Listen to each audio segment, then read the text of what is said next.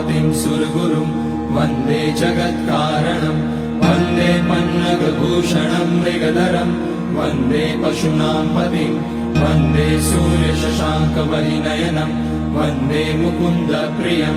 वन्दे भक्तजनाश्रयं च वरदं वन्दे शिवं शङ्करम् ॐ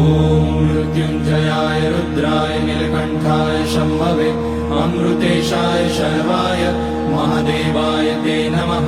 नमस्तेऽस्तु भगवन् विश्वेश्वराय महादेवाय त्र्यम्बकाय त्रिपुरान्तकाय त्रिकाग्निकालाय कालाग्निरुद्राय नीलकण्ठाय मृत्युञ्जयाय सर्वेश्वराय सदाशिवाय श्रीमान् महादेवाय नमः।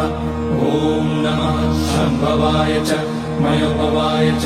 नमः शङ्कराय च मयस्कराय च नमः शिवाय च शिवतराय च ॐ त्र्यम्बकं यजामहे सुगन्धिं पुष्टिवर्धनम् उर्वारुकमिव बन्धनान् मृत्योर्मुक्ष्यमामृतात् नागेन्द्रहाराय